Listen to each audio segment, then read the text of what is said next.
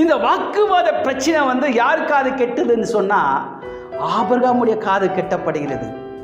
ஆனா ஆபிரகாம் இடத்துல இந்த 2 பேர் வேலைக்காரருடைய பிரச்சனை வாக்குவாதம் காதுல எட்டப்பட்ட உடனே இந்த ஆவிக்குரிய மனுஷன் இந்த 8ஆம் வசனத்துல 9ஆம் வசனத்துல அந்த நிதானிக்கிறார்.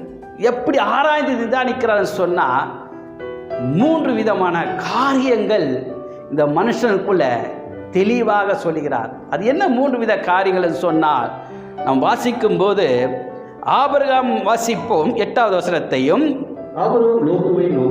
ஆபிரகாம் லோத்துவை நோக்கி எனக்கும் உனக்கும் என் மேய்ப்பருக்கும் உன் மேய்ப்பருக்கும் வாக்குவாதம் வேண்டாம். ஹல்லேலூயா. முதலாவது குறிப்பு என்ன? வாக்குவாதம் வேண்டாம். முதல் குறிப்பு சொல்ல